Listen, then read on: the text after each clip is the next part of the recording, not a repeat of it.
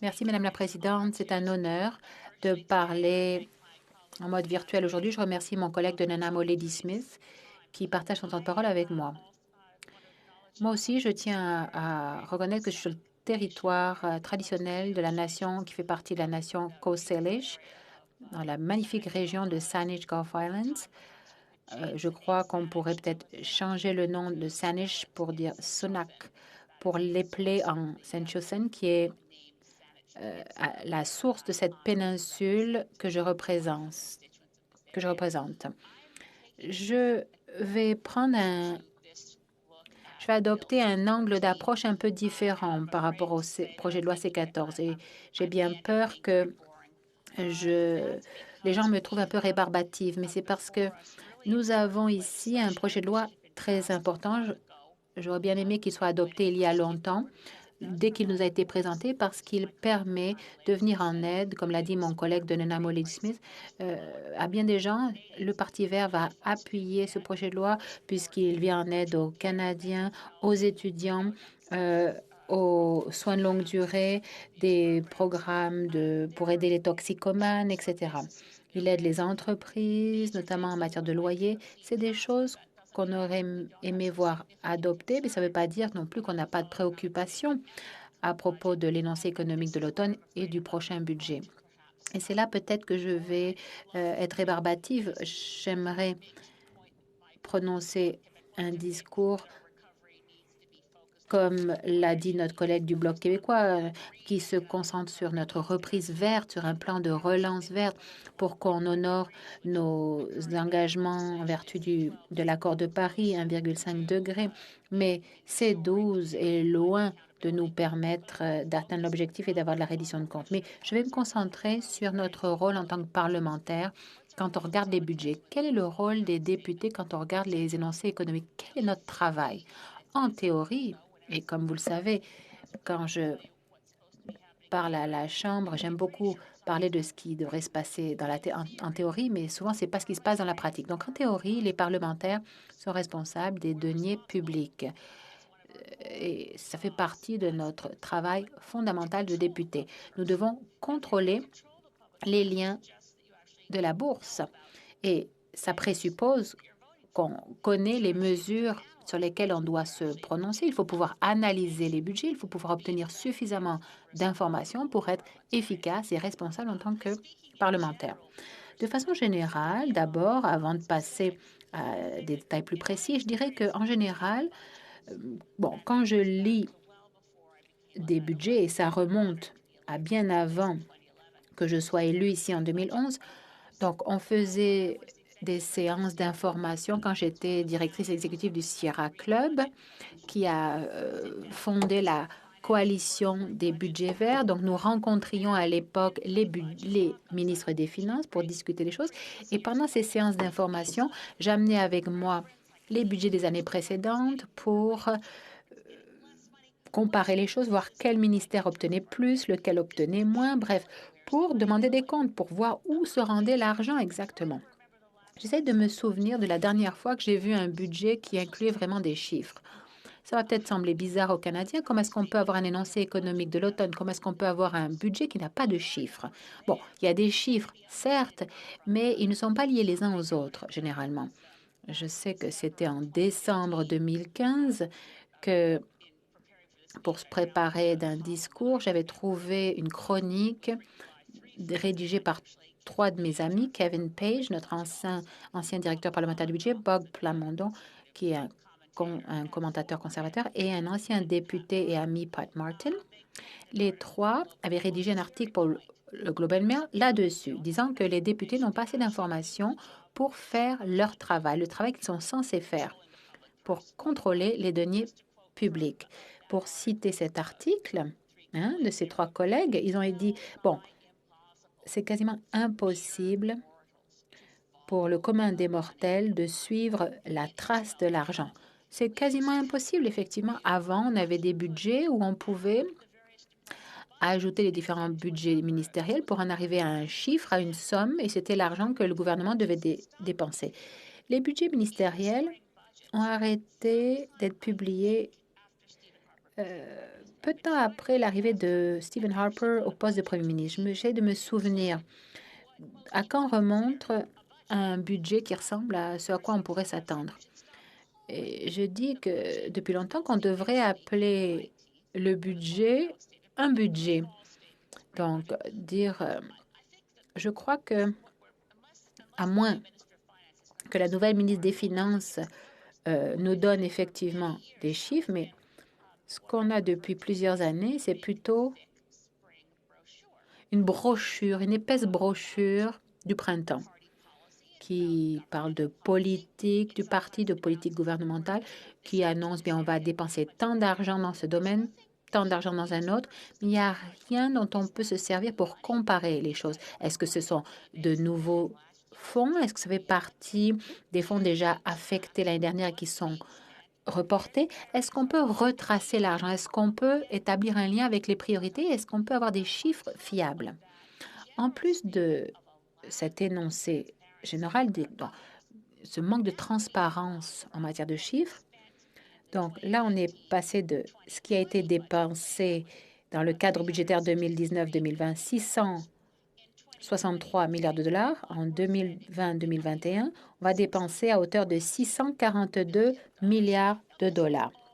Ça a été approuvé par les parlementaires, par les députés, et quasiment par consentement unanime, étant donné la nature de la COVID, on a travaillé très rapidement. Et d'ailleurs, je tiens à féliciter tous les fonctionnaires et tous nos ministres qui ont travaillé d'arrache-pied. Tout le monde a travaillé très fort pour mettre en œuvre tous les programmes. Mais ça fait plus d'un an que la pandémie s'est déclarée. On devrait pouvoir savoir où l'argent s'en est allé. Bon, maintenant, on a plus de 90 nouveaux programmes liés à la COVID. Est-ce qu'on peut retracer l'argent? Est-ce qu'on peut savoir exactement où l'argent s'en est allé? Avoir au moins on a une idée générale, on sait combien a été à la PCU, combien a été aux subventions salariales, etc. Mais encore une fois, je m'en remets à Kevin Page. J'ai parlé de lui un peu plus tôt. C'était notre tout premier directeur parlementaire du budget. Il est maintenant président de l'Institut pour les études fiscales et la démocratie à l'Université d'Ottawa. Et en décembre, il a publié un autre article qui portait sur l'énoncé économique de l'automne. Il a identifié les problèmes de transparence. Donc, si on regarde l'énoncé économique de l'automne, Kevin Page a dit, je le cite, « Il y a très peu de données administratives désagrégées concernant les personnes, les secteurs et les régions, et quasiment aucune donnée ni analyse sur l'argent tel qu'il est dépensé sur une base mensuelle. » Mon collègue de Namoledi Smith a parlé d'autres pays qui n'ont pas juste aplati la courbe, mais qui sont quasiment rendus à 0 cas de COVID. D'autres pays ont décidé d'essayer d'éliminer le virus. Eh bien, bon, nous, c'est pas le cas. Certains de ces pays qui s'en sont sortis mieux que nous font mieux en termes de rapport financier. La Nouvelle-Zélande peut montrer où l'argent est dépensé. L'Australie publie un rapport mensuel détaillé pour expliquer toutes les statistiques. C'est la même chose pour le Royaume-Uni. Donc, tous ces pays donnent plus d'informations. Les États-Unis donnent un genre de tableau détaillé pour que chaque citoyen puisse retracer l'argent des programmes gouvernementaux. Mais nous n'avons rien ici qui permette aux gens de voir où l'argent s'en va. En fonction des secteurs, bon, on sait de façon générale, oui, tant d'argent a été versé aux personnes puisque c'était la PCU. Tant d'argent a été versé aux entreprises parce que c'était des employeurs, oui, mais par contre, on n'a pas de détails. Concernant l'énoncé économique d'automne, le directeur parlementaire du budget a indiqué que l'énoncé a des précisions sur la planification budgétaire essentielle, c'est-à-dire les prévisions budgétaires sur 5 ans. Cependant, M. Giroux a également indiqué, et je vois que mon temps s'écoule, en fait, j'allais simplement rappeler à la députée de ne pas utiliser les noms à la Chambre des communes. Est-ce que j'ai utilisé le nom d'un député à la Chambre des communes? Je faisais référence à M. Giroux, le directeur parlementaire du budget. Donc, M.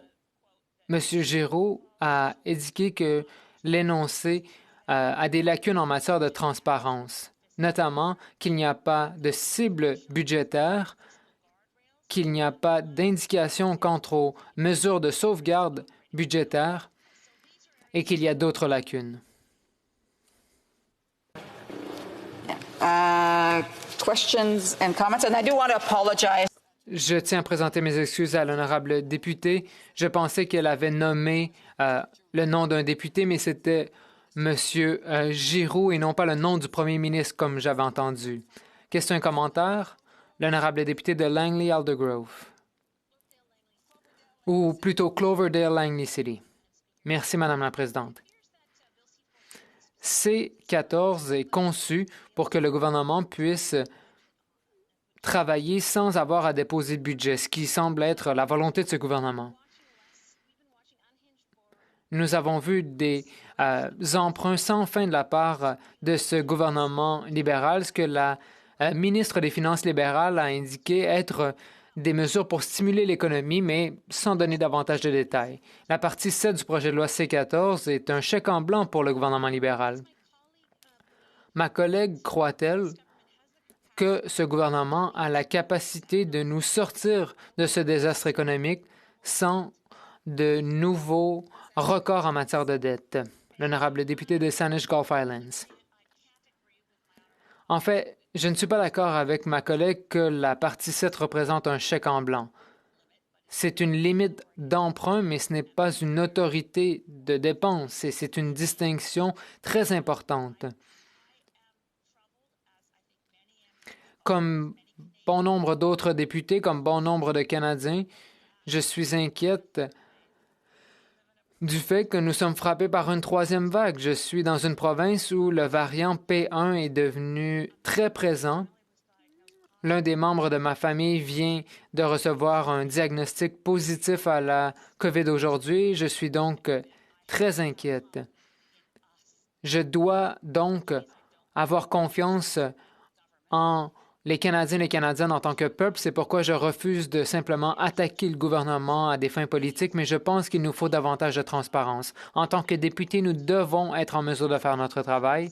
Il y a longtemps que l'on ait réellement étudié un budget supplémentaire des dépenses avant de simplement l'adopter. Je pense qu'on doit faire notre travail. L'honorable député de Lac-Saint-Jean. Merci, Madame la Présidente. Et je remercie ma collègue de Saanich Gulf Islands. J'apprécie toujours ses discours. C'est toujours très intéressant. C'est toujours très solide comme argumentaire. Je l'ai entendu nous dire qu'on est responsable, nous, comme parlementaires, de la bourse des Québécois, des Québécoises, des Canadiens, des Canadiennes. Et c'est vrai, je suis d'accord avec elle. Elle nous a dit qu'on manquait de transparence du côté du gouvernement. Je suis d'accord avec elle. Mais on sait aussi où l'argent est allé dans certains secteurs. Dans les 4 dernières années, je prends par exemple l'industrie gazière et pétrolière. La stratégie du gouvernement libéral, juste en face de nous, c'est 24 milliards de dollars, Madame la Présidente. Et du côté de la foresterie, c'est 900 millions de dollars. Donc, comme Teddy Roosevelt le disait, c'est dur d'échouer, mais c'est beaucoup plus difficile de ne pas avoir réussi. Essayez de réussir. Et là-dessus, j'aimerais entendre mon honorable collègue sur cette citation. L'honorable député de Saanich Gulf Islands. Merci, Madame la Présidente, et merci aussi à mon collègue du Bloc québécois. Je suis tout à fait d'accord avec lui.